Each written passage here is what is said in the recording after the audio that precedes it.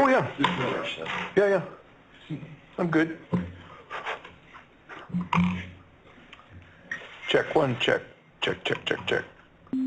One, check. 1, 2.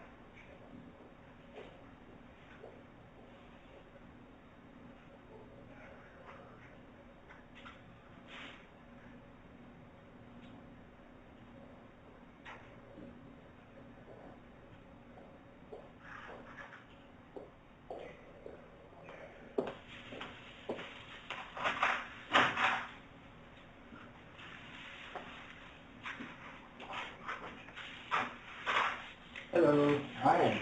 How are you? I'm good. How are you doing? Yeah. We have a lunch and stuff. Yeah, please. Perfect. Hi. Hi, how are you? Good, how are you? Hello.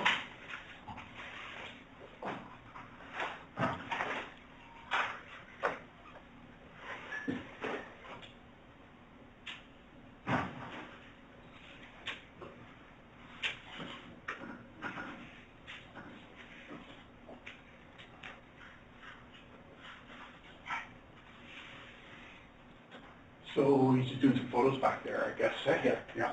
Okay. When did you decide to switch it? Is there all the new color or the old? Yeah, I heard that they're pretty much done. Yeah, they're covered. And the old new officially. Oh, this is the natural. This is the real color. That's how that This is real. This is where it happens. Oh, yeah, It's so- easy. You guys are all running now. So, okay. Yeah. This is what happened with the lady as well. At least I still have it. Right? I'm with you. Yeah. Still booked off tomorrow. Sorry? It's still booked off tomorrow. Okay. So you guys can go in and take a look. Yeah. Because they changed that term. It's not the big one. Oh. It's a smaller version. Because okay. there's only one camera on it. Yeah. So they didn't know that. So Is it the two? Hi there. Hi. Is it the two monitors? The same? still 2 monitors. Yeah. It's still actually still everything. Hi, Barry. It's not the big Yeah. but it's the small size. Cool. I am. Yeah. Yeah. Perfect. And then, Good. yeah, there's no one. So it's her new podium? Yeah, I just saw that. I was up there a couple weeks ago, but haven't been since. Yeah, so it's Good stuff. This all working. good. Oh, yeah. Cool. Yeah, no, good.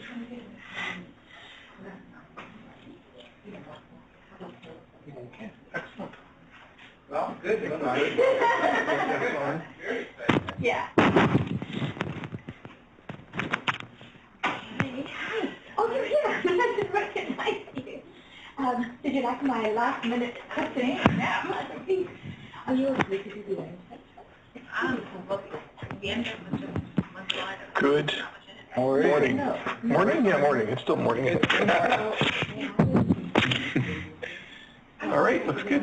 That's set. Excellent. You give me the internal medicine for that. So all the internal medicine information, Right. so this holds it here, and then Camille will do these two. Okay. And then if you could do this. Oh, I didn't know. So just the other stuff that we learned about in terms of the, I must have given you the wrong numbers, the physician, like that people is the relationships that we're building with the team, non-traditional physicians who are doing it, understanding how bodies work, how empowering it's been to nurses, that we have patients there, and that people have said that it's got them changing their practices. And then this was... Did you just add that? No, it was there. Yeah. Oh, it wasn't on mine. Okay. Anyway, so this one... Well, you can always reference it. Yeah. So in a case, I was sort of like, not that you've seen the magical please, but enjoying it, that kind of idea. And this was, I mean, this is just as a background, but just to talk to us, like, we really want more, we could want more of them here, and that they would do the training, do the reviews, attending round. And are they going to be talking about what the other groups you're looking at? Is Camille going to talk about that? Like that we're maybe looking at patients for ICU, is that something? Oh. You know, like it's psychiatry. Oh, that's true, and ICU. Oh, so let's add that to here. Because then you can, I'll just leave, you can just, if she doesn't. And I don't even know, is that true? Yeah. So reviews of arrest, right? I think it's the rest. That's like something that we're considering. And then I had a question about the internal medicine. Yeah. I just want to make sure that I say the correct thing, because your comments here. So 52 finalized cases, 42. So there's 42 OBs, but that might not be like no, one case. 42. So 24%. 42 of, I think, Camille did these. I'm thinking it's 42 of those 53 cases. So it's around had 25 end-of-life OBs in them. Well, here I think it's more like 42 end-of-life OBs were identified. Oh, I see. And it's 25% of cases. Okay, let's just check with her once I remember. Anyway. Yeah, okay, yeah. Okay. So in that case, because sometimes they have more than one. A lot of them. Yeah. Like 10. Yeah, yeah. And I think we've had to No. unless we want to at the very end. Unless we want to fit in. And then, and so then the next thing is just, that we're doing these going to all the departments. Yeah, I think I saw those. Yeah, oh, that's odd. And that we're doing the common thread analysis. That this is a good way of, spreading it to QI, long-term sustainability. Okay. That was part of that. Thanks. All right. Hey. Did you get all your hours in? Well, Mine up to half an hour early. You know, half an hour early. So when nobody catches in, you've had a question about this. Oh, I just want to say the correct thing. Yeah. Okay, you've got 52 final cases, right? Yes, where? And 107 That's right. 42 OPAs were end of life, and that's 21. Like looking at that, it's like Let me quickly see. Mm-hmm. I just wanted to. Yep. So 42. So is it a full hour, do you think? Right. We haven't Yeah, so it's Okay, so it's just that we probably should wait. Not 24%. Yeah, we can wait for this. Yeah. Yeah, I don't think it needs a full hour. Okay. Yeah, I mean, I'm hoping what we really wanted was to get the information and then. no. I think people will have lots of questions. Okay. I hope people will have lots of questions. Okay, And I so hope that so would too. be. I'm just looking to see how many staff.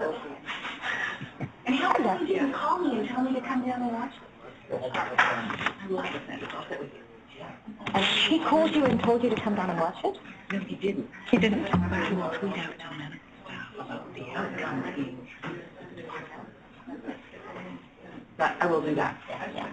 We actually have a great, you'll see, this is Peter. How you doing? Brian. Brian, yeah.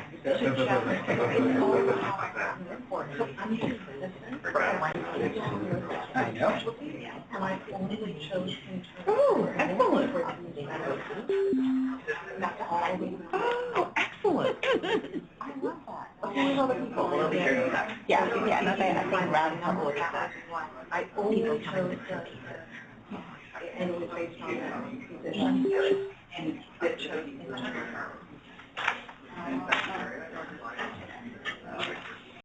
Oh, are you? Are you going to start out already? Are you going to be on? Yeah. Okay. I'll enjoy this, but I'm just waiting for a few. Yeah, no, that's okay. We're not in a hurry. Not internal patient, based on whether the physician. So there could be a service. It would.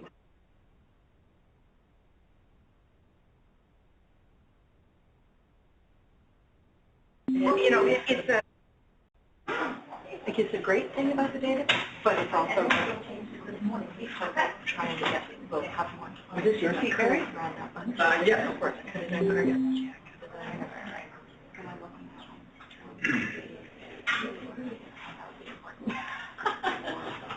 if you get a few more minutes, Let people wander in and use yours.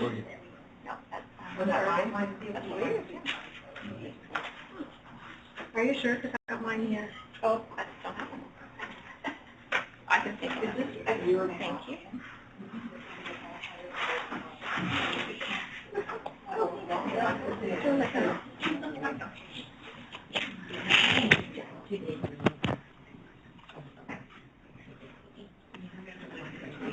Are you?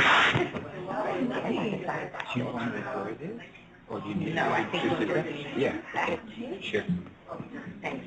Thank How you. many people will we be able to see if there's people rushing from elsewhere? Yeah, so the monitors here. Oh, in terms of using the mic. In terms of the mic. Yeah, but you should use the mic, but you could use that mic. Oh, they five stages. So we actually have to. Yeah. So we have to use like. No, you could, yes, you have to use this mic. Or else people won't be able to hear. Right, right. This mic is the same. Okay. You just give it a couple more minutes.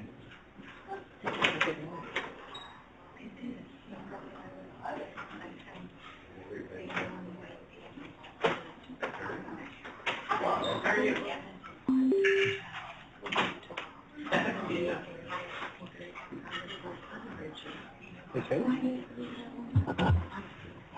Well, welcome to Grand Rounds. I have to apologize. Last week our Grand Rounds was canceled. It was actually not due to speakers. It was just due to facility. It's a pleasure to welcome two lawyers, or two doctors and a lawyer. Not two lawyers and a doctor. Yeah, two doctors and a lawyer that are going to speak to us today. As you can see, about learning from every death. You will hear the background of this. I think Dr. Strydom is starting out first, and she'll introduce our other speakers. Nardia. Okay. Thanks very much, Barry. And we really do appreciate this opportunity to come and talk to you about how we as a small group and we as an organization have been learning from every death. So our objectives are to help everybody understand what the mortality review process is. We want to share the learnings with everybody, and our learnings are called opportunities for improvement. We want to share with you some next steps and get some ideas from you, and then, of course, tell you how you can become a magical reviewer as well. So for our conflict of interest is we are very biased, all of us, and so we really believe that this is important and that no one should ever suffer or die as a result of the process. Care or system failure. In true conflict of interest, Camille and I are paid by PHC. I have a stipend, Camille has a salary, and Eve is a cardiologist who works here at Providence. And I don't even know how you get paid, but I don't think you don't have a conflict of interest. Okay, so to start off with, I thought I would tell you a story about a patient. Steve, do you have... Oh, sorry, because I can't remember all the... Oh, here we are. So ML is an 81-year-old woman who presented to the emergency department at St. Paul's with vaginal bleeding and severe acute back, hip, and chest pain. She had known extensive untreatable vaginal cancer with a background history as well of chronic kidney disease, hypertension, and moderate aortic valve stenosis. On admission, she was found to have, in addition to those, an acute kidney injury. Her white cell count was 74,000. She didn't have a fever. And so as part of the investigations, a CT scan was done of her abdomen, which showed extensive gas in the abdomen. That was thought to be most likely as a result of a fistula or bladder bowel from her previous radiation. Consults were done to gynae and to surgery, and she was deemed not to be a surgical candidate. And at that point of time, the issue of her goals of care was raised. During her stay in our hospital, she was here for a total of 23 hours altogether. the entire time was in the emergency department. And an hour before she died, a consult was done to palliative care, and she was changed to comfort care only and died an hour later. So that was our patient. That is an example that we want to just bring forward. So death at St. Paul's is not quite as dramatic as in this painting, but we do need to sort of think about how we observe and collect patient information about mortality and morbidities that occur in our hospital, and then how we can improve and learn from that. We have close to 30 deaths a month at St. Paul's, so that's a significant amount. And so these deaths come up either at our M&M rounds in every department, and some of them will come forward in terms of PSLS reporting. So those are the two main mechanisms that we have at the moment. M&M rounds are very much departmental. Sometimes they're a little bit more about interesting cases, and certainly some departments are stronger at sort of really processing that and coming up with recommendations, but there isn't really a good way of looking at the whole system within our hospital. When we look at our PSLS reporting, we get, just over the last 3-month period, there were over 1,500 reports. Most of the reporting comes from residential care facilities, and most of it is falls and medication errors.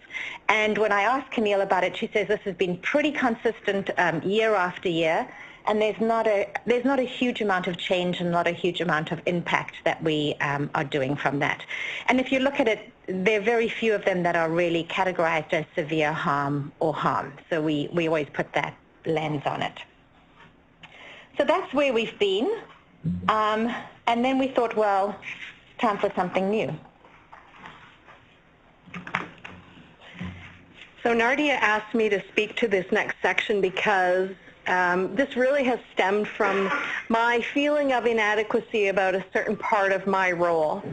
So I've been in this job since for 15 years now, although it has expanded over the time. And one of the things that I was stymied by was how do I actually help the organization support M&M, and how do I ensure that M&M is actually leading to change? So people are spending time doing M&M reviews. What is the result of that? And I'm sometimes invited to those, particularly when there's a critical incident. So for people who don't know me, I am the risk manager for Providence. There is no other risk management. So I will get informed of things and sometimes invited to things, and I try and come when I can. Some programs, divisions also ask me to support doing an independent review using some of the members of their group.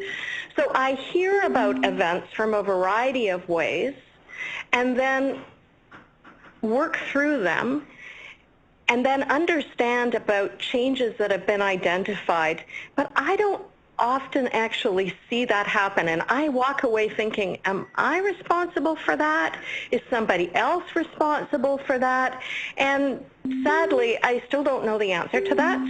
And when I go to people and I say, can you list me things that have changed in your area as a result of M&M, people are hard-pressed to actually say whether something formally has happened. So often people who participated in those reviews learn something that is fascinating to them, and they take it away, or there even is an agreement about a change that needs to happen, but we don't resource any formal change methodology so that that becomes actually an established routine. And sadly, as people move, that means that knowledge and learning is completely lost. So that's where I was sitting. And in 2017, I was listening to a webinar out of the Texas Medical Institute, and there was a doctor who was presenting and talking about a process that she had started at Mayo about a decade earlier. She called it learning from every death. And she was a hospitalist from Mayo who had been tasked with overhauling their M&M. So, of course, I was very drawn to this presentation. And we're going to talk a little bit about what Jean talks about during that. But what I heard her say was that her experience as a hospitalist was she was often on the receiving end of information from an M&M.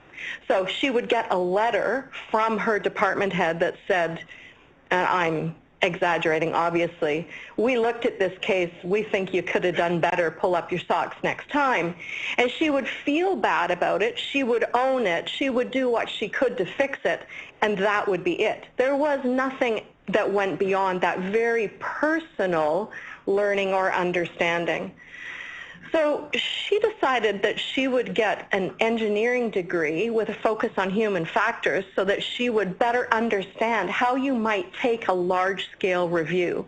And what we've adopted is the result of the work that she did during that degree. I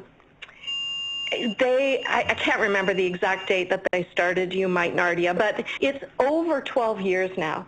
And as of today, every hospital within the Mayo umbrella participates in this. We originally were supposed to be doing 100 consecutive mortalities because that was what the agreement was for anyone entering into a collaborative with the Mayo Clinic.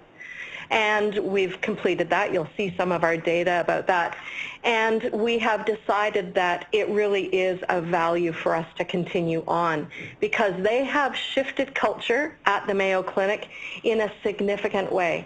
They are actually now approaching these types of reviews very differently than they did in the past. Now, they haven't abandoned M&M. They still see that there is a place for a very focused review of sort of the technical or critical decision-making side of medicine.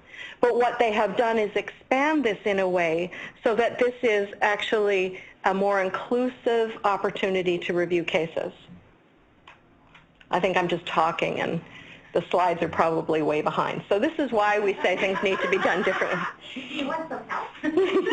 Anybody who wants, we weren't going to use this slide because it's not working. So I'm going to just move to the next one. Jean does talk, so Jean Huddleston is the physician who's created this. She has become a friend, so we refer to her as Jean. She stayed at Nardia's house.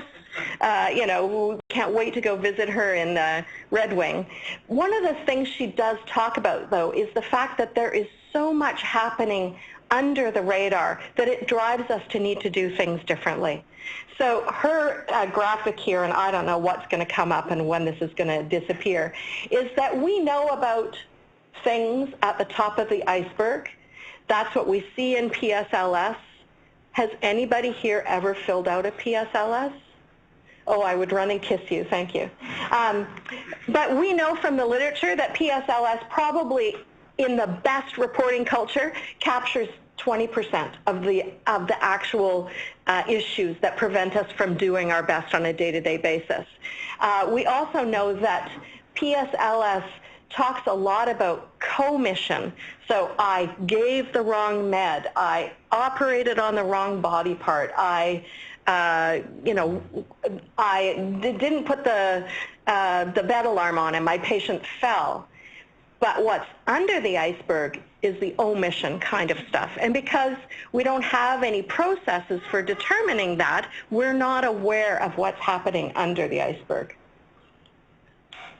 So this is some data from their system, and just basically saying, that from the year 2016, 2017, they had identified 57 hospital-acquired infections and 37 adverse events that had harm.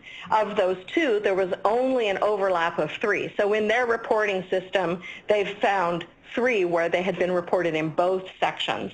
But in the safety learning system, this process that we've adopted, they actually found 133 events so that were over and above what they had seen in those other opportunities. So this really resonated, that they had an opportunity to learn so much more about what was going on in their centers. So we're going to talk a lot about opportunities for improvement, and it is something that I will say as a group we actually have to remind ourselves of on a regular basis. So the first thing to say is we're not reviewing mortalities to figure out why these people died or whether their death should have been preventable. We're using it as a convenience sample so that we can actually just continue to have cases to review.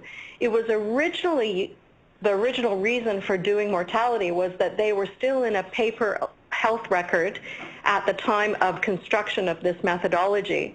And so they didn't want to be taking charts away that might be needed for a patient who was readmitted.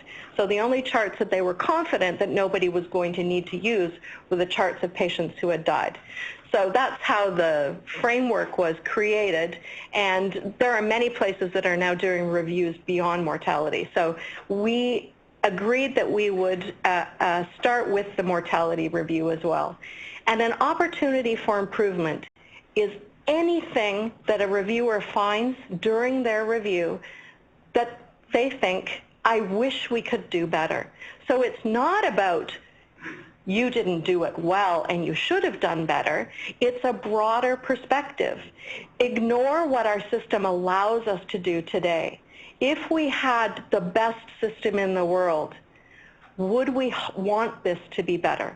And so we need to keep reminding ourselves when we do our review that we are not looking at errors, we're not looking at preventability, we're not looking on what are the limits of our current system.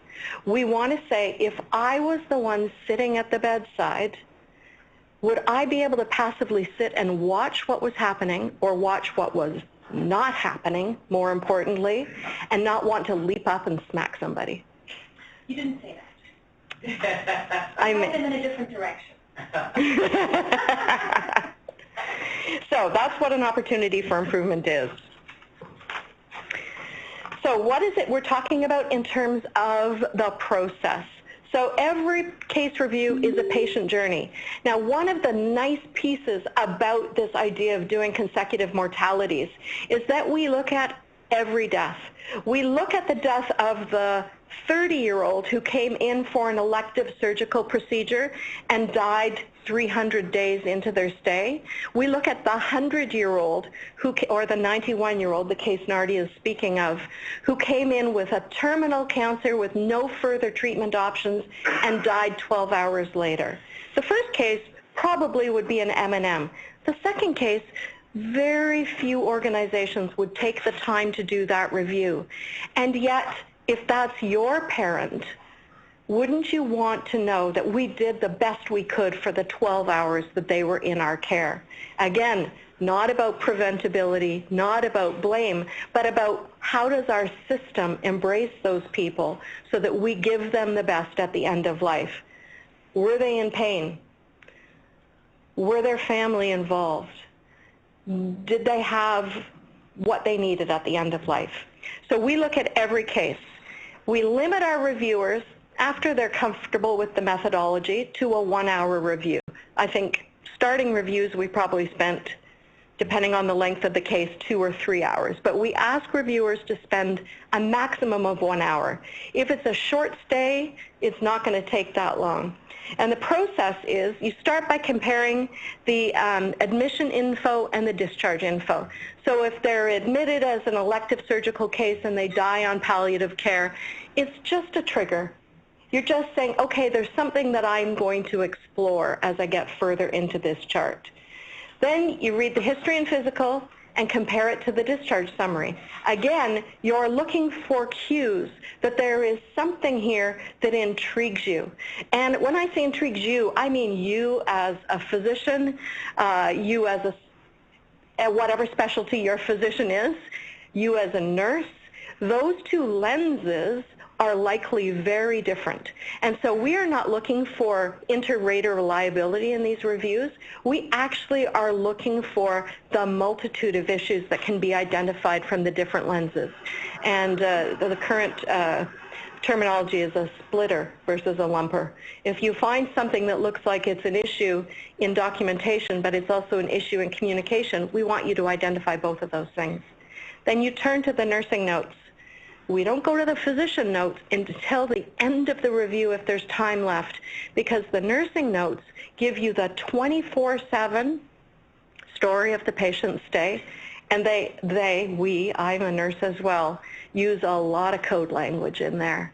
And the code language is quite telling. So you can infer frustration, grief, distress from the way that the nurses document. Then nurses will look at the vital signs. Well, everybody can look at the vital signs. There's labs, there's flow sheets, medications, and then the physician notes. And as you're going through as a reviewer, you are identifying any opportunity that you think we could have done better. So I hand back to Nardia. Okay, so if we go, so if we go back to our case of the 81-year-old woman who was admitted with the known vaginal cancer, this case generated what we would call 9 opportunities for improvement. So a 23-hour stay, we were all like surprised when it came out. So I should tell you that each case is reviewed by a physician and by a nurse, and they review them independently and submit it into a database. And then we go to a chart club, so once a month we all get together and we review all the cases that have been submitted with their OFIs, or opportunities for improvement. And as a team, we say that one makes sense and it has to be a consensus, or we'll say that one, no, we disagree, and then it gets, you can hide it within the database. And then these are what we collect together, and we're going to show you some of them. So in this case, one of the opportunities for improvement, so there's a list of them. So we have a list,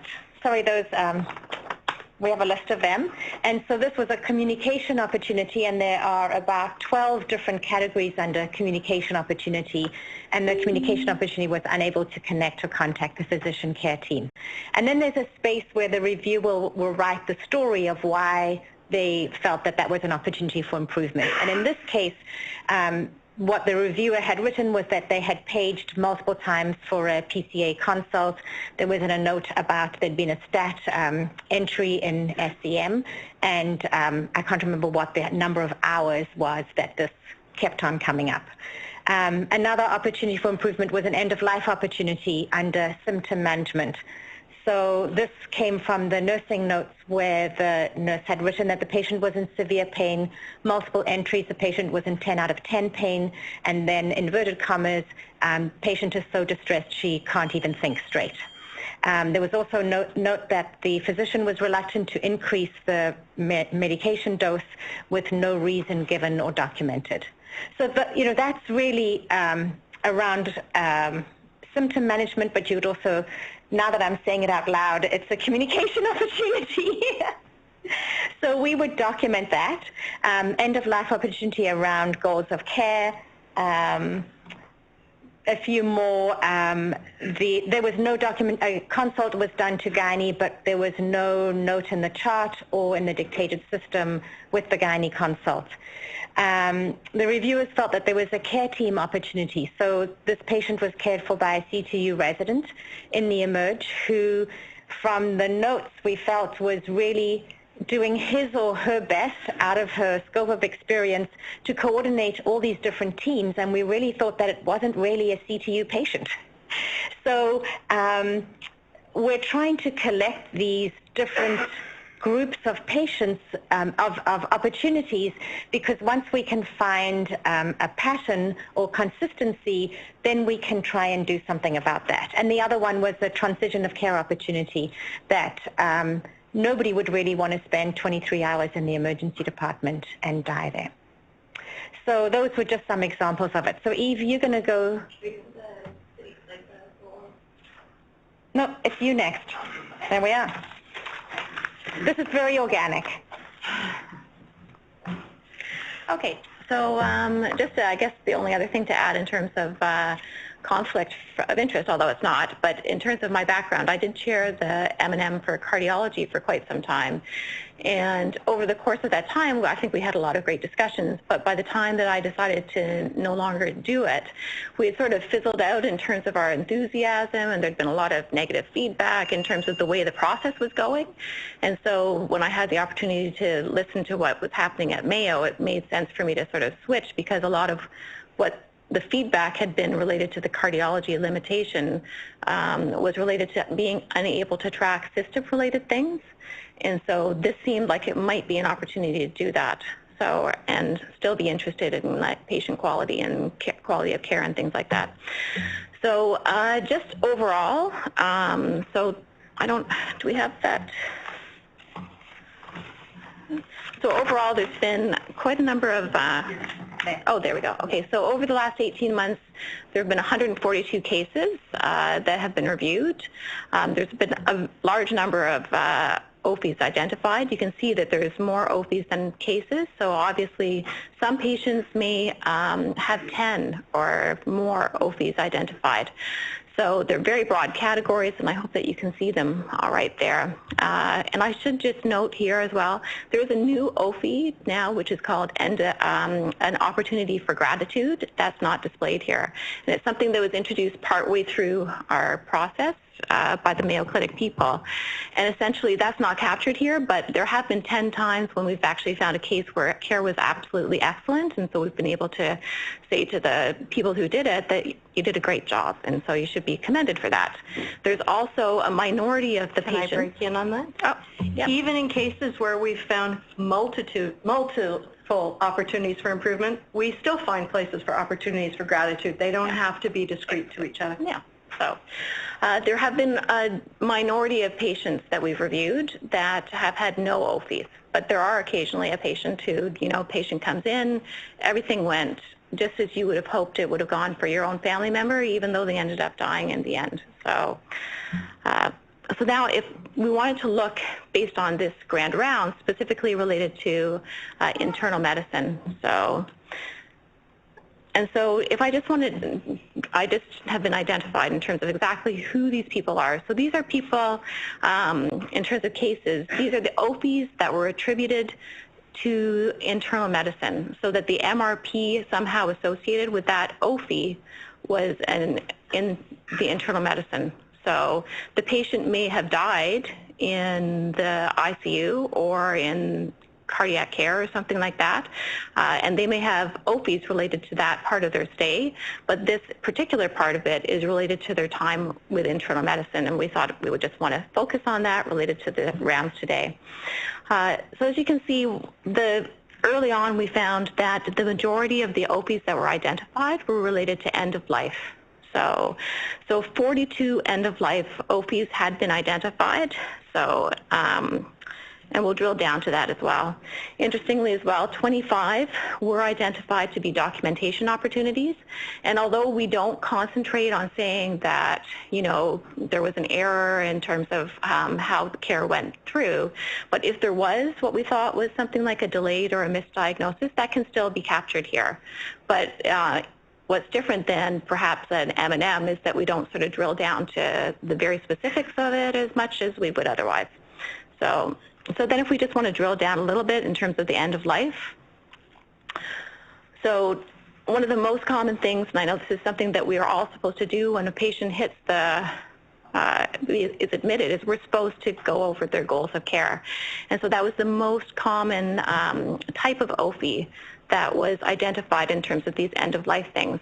So 21 cases actually had goals of care that was uncertain or delayed. So 21% of the OPIs were related to symptom management. So 15 cases had problems with symptom management. So, and then if we want to go forward, and there is the opportunity that you can go into the symptom management, for example.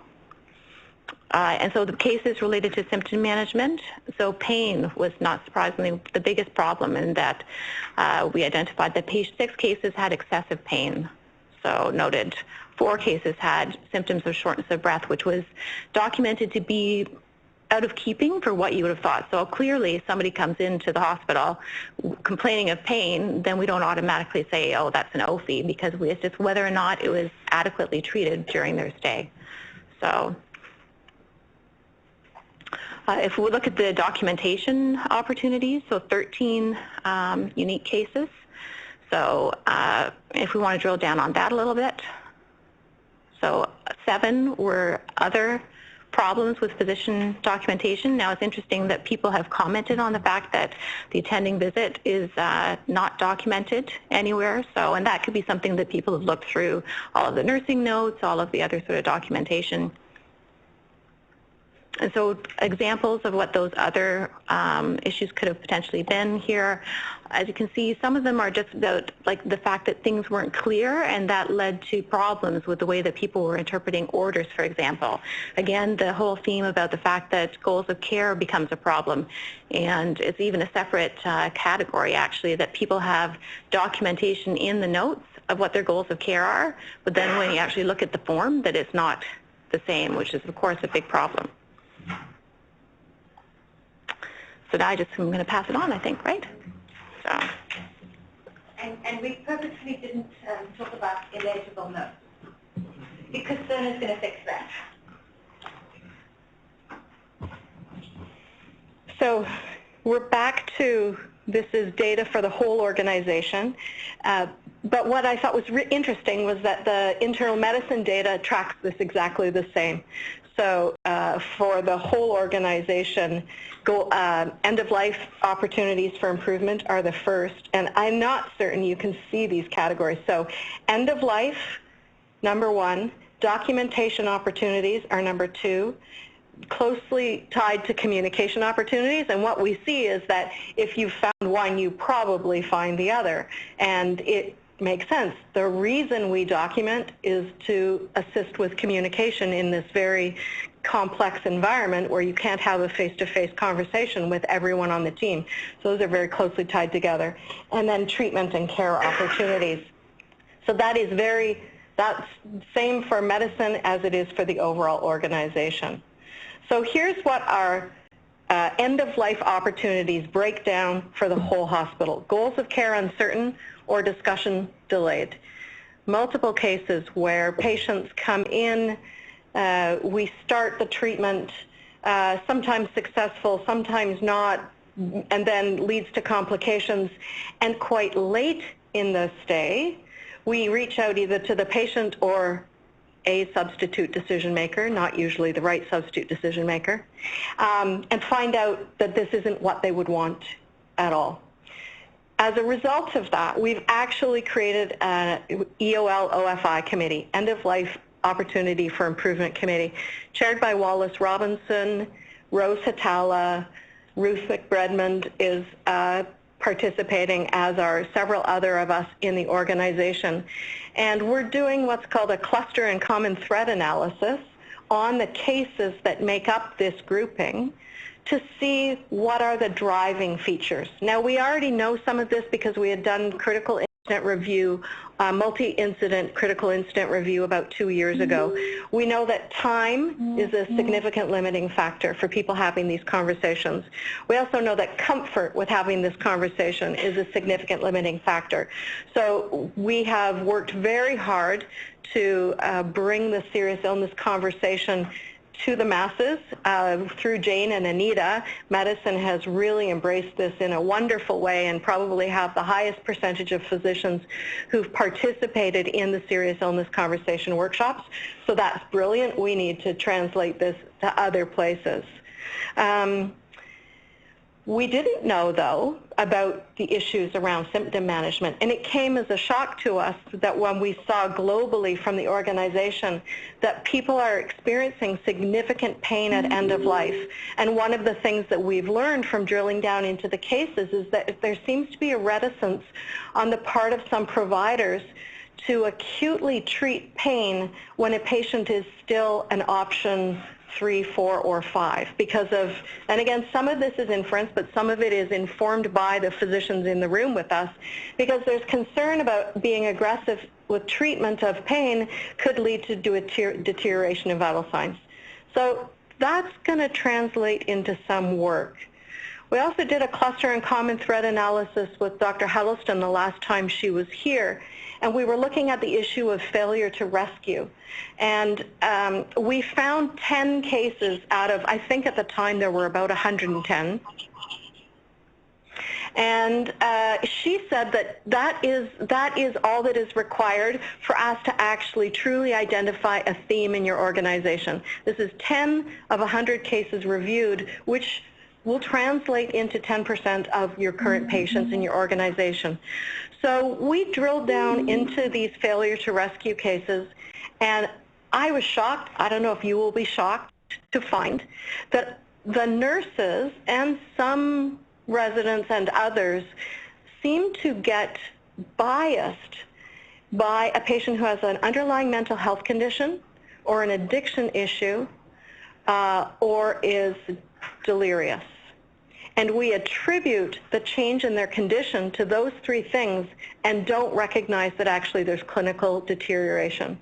So it was a fascinating morning for us to learn that. And again, the piece of work, we're going to start by utilizing the MUSE in Cerner, so the Modified Early Warning Signs, and really focusing to the nurses on how they should use that tool within Cerner to help them identify a patient who has clinical deterioration. I think one more.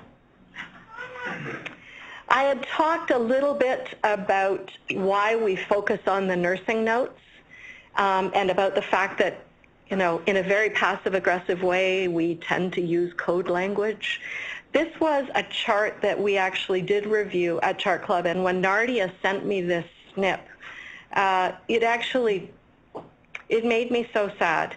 So you can see that these are, I mean, I would suggest they're deteriorating vital signs, although on this record they're just shitty from the start.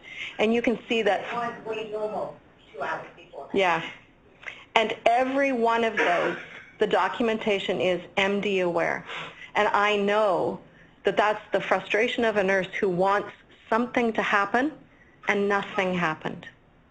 And these are the kind of cases where I think as a team, those of us who come to Chart Club, this is why we continue to come, is because we have an opportunity to look at these and to really discuss with each other, what does that mean for the clinicians in the room, what does it mean for those of us who support clinicians, and how do we make sure this doesn't happen, because this isn't just about the patients. It's about making the people who come here and dedicate their time to the work every day go home and feel like they did a great job. And I would suggest this was probably a nurse who didn't feel great at the end of that shift, and likely the MD that they were working with probably didn't feel great either.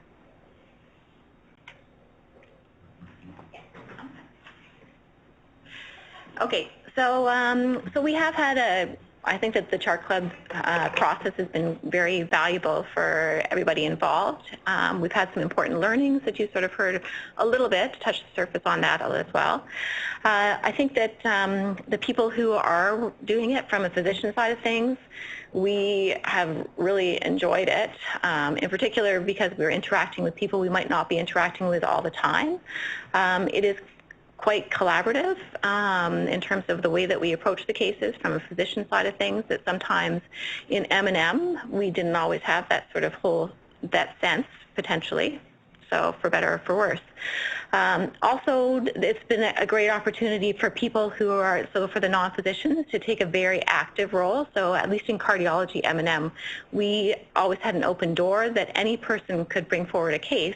However, the nurses who are involved or allied healthcare might not have been as empowered to really bring up their concerns, where in this situation it's actually they're encouraged to bring up their concerns. And it has been interesting that the physicians and the nurses discover different things. I don't think that's any surprise to the people in the audience, right?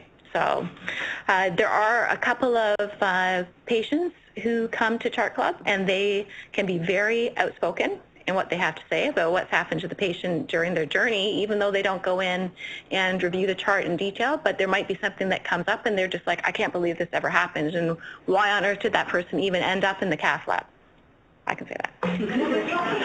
It was my patient who died in the cath lab, yes. And, well, that just goes to show there's, like, my own patients are being reviewed as well, of course.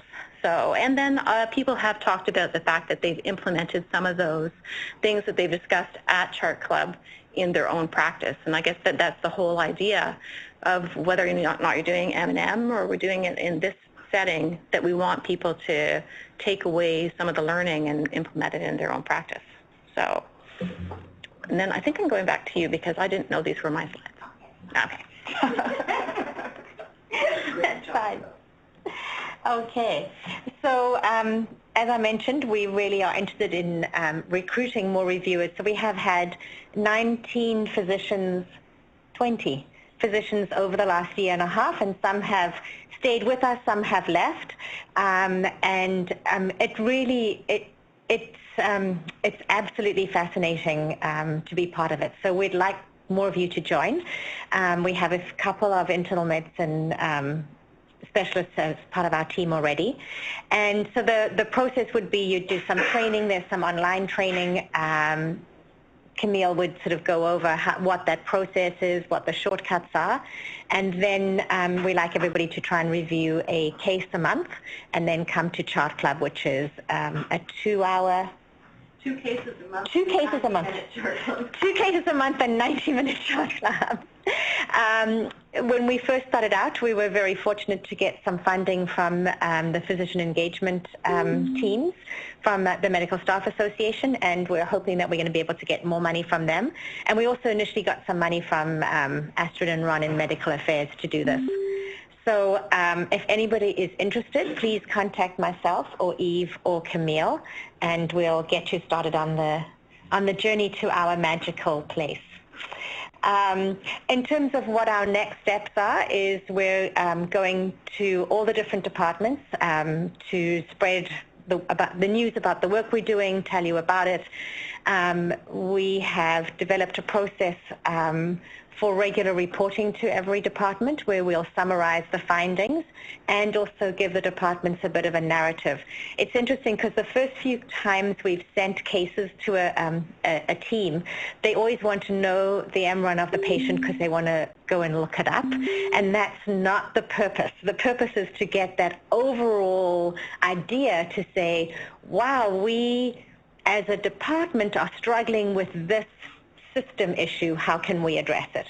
And then that would lead us to this incredible opportunity to do QI projects around it. So again, through the physician engagement work, we have money for physician, PLQI, physician-led quality improvement, and then there's also QI separate from that is within the hospital, within our QI department that Camille leads. And so there are these opportunities where physicians you could say, I'm really interested in finding out about this failure to rescue, and can I take that on and do that as a project within our department? So that would be something that would come from these. So we're going to be sending this to everybody, and then you can sort of take that on and look at it. And then obviously if there are bigger systems issues, we can look at that. So Emerge are very interested in us collecting this data about all the exceptions to transfer. You know, and so I'm sure internal medicine are as well, in terms of like, how does this affect your workflow, and how can we as an organization give some facts and some real stories? Like the story of that death of that woman in Emerge is a very powerful story. If we take that across the organization to people who can make decisions about it, we're hoping that we'll be able to see something really different. So a story is so much more powerful. We're obviously looking at long-term sustainability. A lot of this is done on volunteerism and adding to Camille's workload.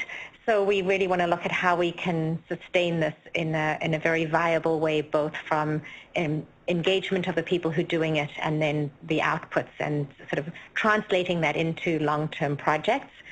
From a provincial point, a bigger point of view, Vancouver Coastal have taken this on as something they're doing, and they're rolling that out into all the hospitals in Vancouver Coastal. And we've had people from Interior Health, from Island Health, come and attend our chart club because they're interested in it as well, and so this may eventually become a provincial initiative. So that's incredibly exciting because it is so powerful. Okay. Any questions, ideas, comments? Do you want me to give you, are you signing up? What was your name? Use the mic. Yeah. I'm a surgeon medical student. I'm curious about the converted data, those teams where things are working well.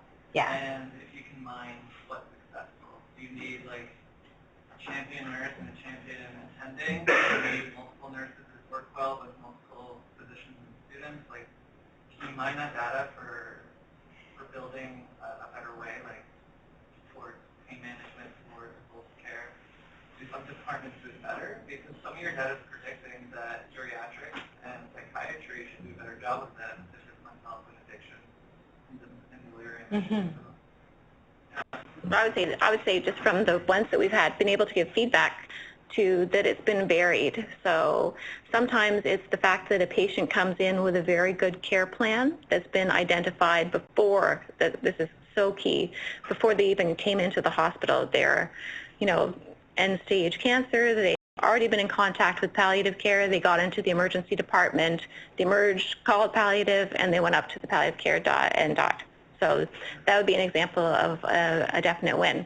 Another case might be a patient who went into ICU extremely ill, and throughout their course, it was just well documented that everybody was talking to the family, doing everything they could to keep everybody up to date and that sort of thing. So it can happen anywhere in the hospital, so it's not like a definite thing. So I'll just make one other comment related to the fact that, the reality is that we've had some feedback that why should this be going on when people are doing M&M already within their own services? And having been in this situation, I do think that they are different processes, and there is a definite value to doing this, as well as doing that very in-depth look into M&M that we do with our cases. One of the things that happened over my time as being chair of M&M for cardiology is that there was a real reluctance for people to be able to say what they thought, I think, when they're in M&M, and so then you don't get quite as much out of that. Whereas it's not encouraged for people to attack each other, obviously, at these, but the people who were actually involved in the case might not be in the room, but one of the mandates actually, and it's unfortunate we can't just pull it up, is to be brutally honest about what happened to the patient during their stay, and if this was your loved one, would you think that that was okay? So I think that that's one of the important differences, as opposed to M&M when you're with your colleagues and the person who actually was involved in the case might be feeling very defensive. So. I just want to respond, because you're kind of talking sort of patient safety too. I don't know if that's what you're thinking. And absolutely we should be doing that, but we don't have a critical mass of the opportunities for gratitude yet. There's about 10 subcategories in there, and so we need more data so that we can do that cluster and common thread analysis within that. Ron? Thanks, Camille, for bringing it here, and the three of you for all the work you've done. Nardia, you might have sort of anticipated the question, but the organization's kind of in the middle of a consumption with the implementation of Cerner, and it strikes me that, at least in theory, many of these themes are potentially addressed in some fashion by the electronic health record. And I'm wondering, is there experience in that regard? Things like documenting an end-of-life discussion, communication, documentation, medication errors. I mean, they are all part of the rationale, supposedly. Are we anticipating any positive or negative influence from moving into a health electronic record? And I would have thought that in the Mayo system, I'm guessing they've been using electronic health records for some time. Yeah. I don't know if that's true or not, and whether Dr. Huddleston, would have a perspective on that. So we anticipate that some of the things might be better. So I made a comment about the illegible handwriting, and incorrect abbreviations and things like that, sort of around medication things. it'll be interesting to see whether some of the other stuff improves or not. I don't think an electronic record is going to improve communication or necessarily documentation. And so in the Mayo list, they actually have one of their things is an error in cutting and pasting. So we might see different ones. Chris? I think it's more likely that the electronic record is going to be harm rather than help, in part because of human factors. I mean, the human factors stuff started when fighter planes were returning, or bombers were returning after being over Germany, and the planes were blowing up as the plane landed. And they went to investigate what was going on and found there's two buttons side by side that feel identical, one of which puts on reverse thrusters and kills the pilot, and the other does what they wanted to do. And they decided to change the two buttons so they were felt and different, and the problem went away. So we have something in Cerner that says sign and initiate, and when you sign, it doesn't initiate, it goes and parks it somewhere, and you think that what you've just signed is going to happen, and you have things that need signing or need whatever that are represented by a tiny green dot in the most unintuitive, invisible portion of the system. These are opportunities for intervention now, right? So, I mean, there's a whole pile of stuff there. Yeah. And it's failure to take advantage of the opportunity. So the point you make about what are the goals of care for this patient, rule number one, teach the medical student, you're going to admit them. Why? What do you hope to happen? When will they be ready to be discharged? Tell me now, so that we'll actually have a plan of what we're supposed to be doing here. You're giving Lasix, what's the goal of that, blah, blah, blah. Yeah. So it's pretty easy to incorporate it into an electronic record. What is the goal of care for this patient as a demand? Yeah. At the very outset, it should at least get it addressed within the first 24 hours, which wouldn't have helped the patient you described, but it's better than a whole lot of other people in the institution that 10 days into it, if you say, what are we trying to do here, you can't get a straight answer. So, I think we're failing implementing $1 billion system and not taking advantage of the stuff it can do to improve care because it's quote unquote out of scope, like appropriate use of diagnostic tests, out of scope for $1 billion system being implemented now. So one of our categories is excessive care. And so, I mean, there are lots of opportunities, I think, where we can try and record all those things, but those are great points. People? I think it's good in the chart review to really focus on the patient journey. And we are trying to kind of capture different perspectives, the clinical perspective, potentially the patient perspective, if there's some historical data in the chart. But I just wondered if, really we're trying to address the patient journey. If in the Mayo Clinic, they looked at, contacting the family to see how their care was perceived in the hospital, to see if the management that was done was within keeping of their values and goals. Like, I just wonder if, I know we're talking about blue sky here, and I don't think it's very realistic. We can't ask the patients because they're dead in this mortality review, but where do we gather the information around the patient perspective?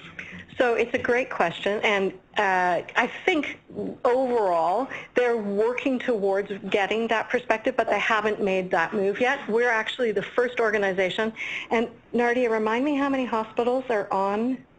130 or 160. Yeah. We're the first one who have patient partners participating in our monthly review meetings, and Jean's very impressed by that.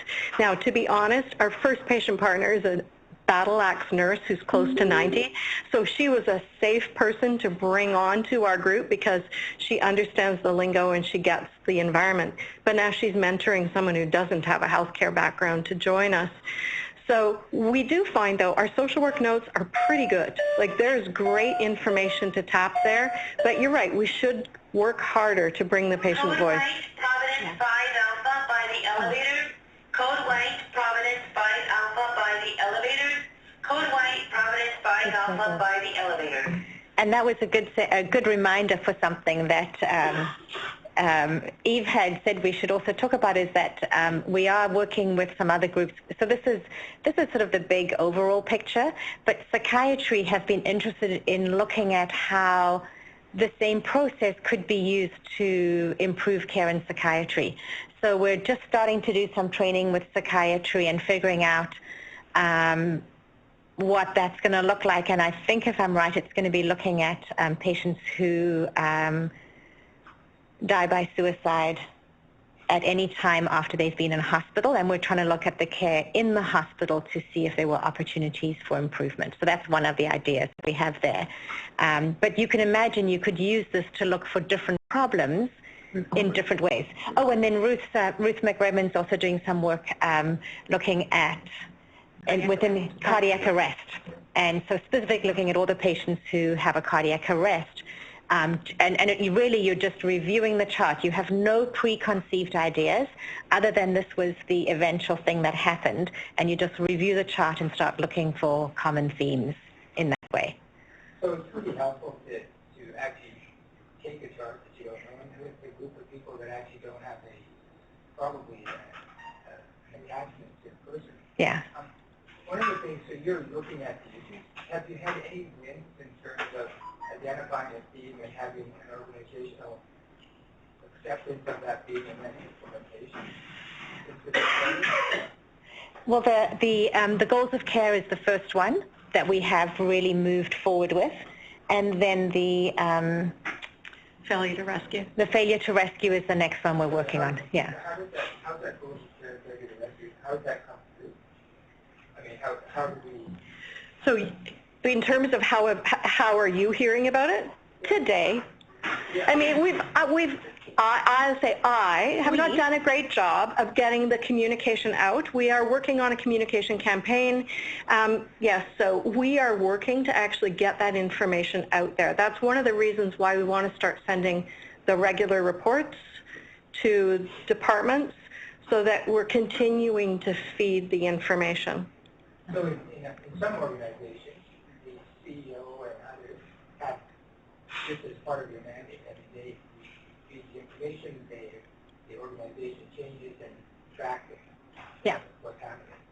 Is that what you foresee happening in this organization? Absolutely, yeah. So we spent the first year really trying to get a good sense of where we're going and what's happening, and now sort of over the summer we've sort of got together a little bit more of a longer term plan with it, but everything's halted because there's this thing called CST happening, and so even like with our communication plan, communication is saying we're not allowed to talk about anything else but CST right now. So we're just happy to start this process, but then figure out what those big wins are that we would actually take to the CEO and say this is really this is something we feel strongly needs to be looked at, and here are the stories that go with it. And I'll just make a comment just related to, so we've identified that obviously palliative care and end of life is very important, but I think that Ruth McRedmond, with her idea of looking at cardiac arrest, because those would be patients who you might survive if we could identify, and that's that failure to rescue idea, because people when they arrest, sometimes they arrest and you're sitting there watching them and thinking, oh wow, that guy's going to arrest. However, it's the ones where you should have known and you didn't. And so if we could find something there, that might be where you could have a big win in terms of actually patient outcome as well. Not just like them dying comfortably, but maybe living. So. Final question, I think I'm sure you can help us, but we do have a lot of people doing M&Ms around the organization. And is this going to be integrated at all in the chart review?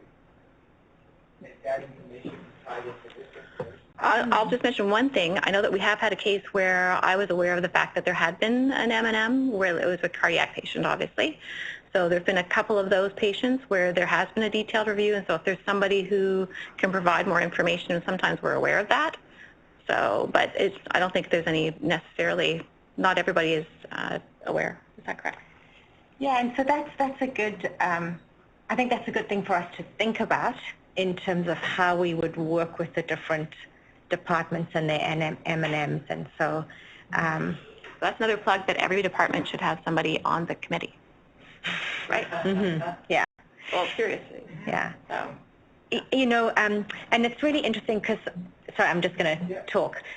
One of, you know, in a few cases we've seen, say, we reviewed, just because it was a death, elective surgery admissions. And we've noticed that sometimes elective surgery admissions, the admitting history is missing. And so you wonder, so if that's happening in patients who are dying, we know that it's also happening in patients who are not dying. And so there's an opportunity then to look at that as a process to say, wow, how are we actually getting admitting histories from outpatient clinics or from, you know, outside provider clinics, that we actually have a fulsome understanding of why the patient is here. So there are some opportunities like that we'll start collecting and then be able to have as these projects. Yeah. So. Thank you. Thank you.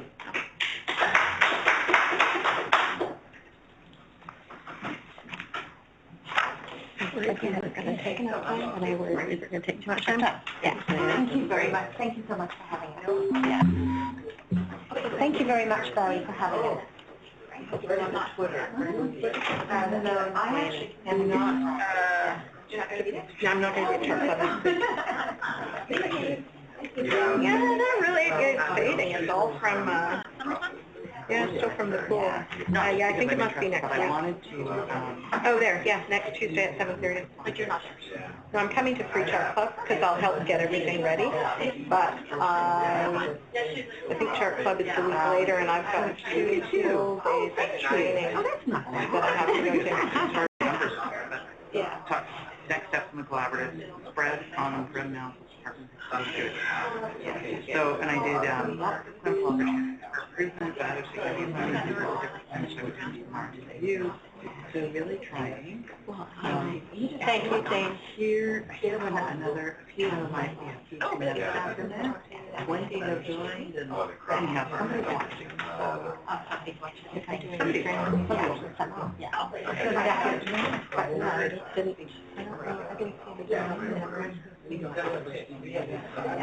They would actually do How are things?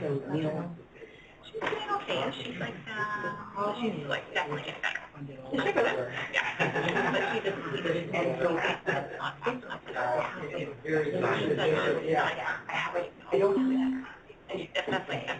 Thank you. There wasn't to put you on the spot. It's just that, you know, if we're starting with histories and physicals, that's the outcome. The bar is pretty low. Right? If the surgery patient doesn't have a history in physical. Well, actually, Nardia was being sweet. The real issue was is the patients being admitted for elective surgery with no actual clue of what the expectation for an outcome is. Like a 92-year-old with delirium for an elective orthopedic procedure. You put her into this patient because you asked her. So I'm sure I'm involved with lots of these. It's just that to me, that's the bar. Well, I think so. But what it gets to is, it's one of the. Your call will be disconnected. In terms of looking at it to say, are we really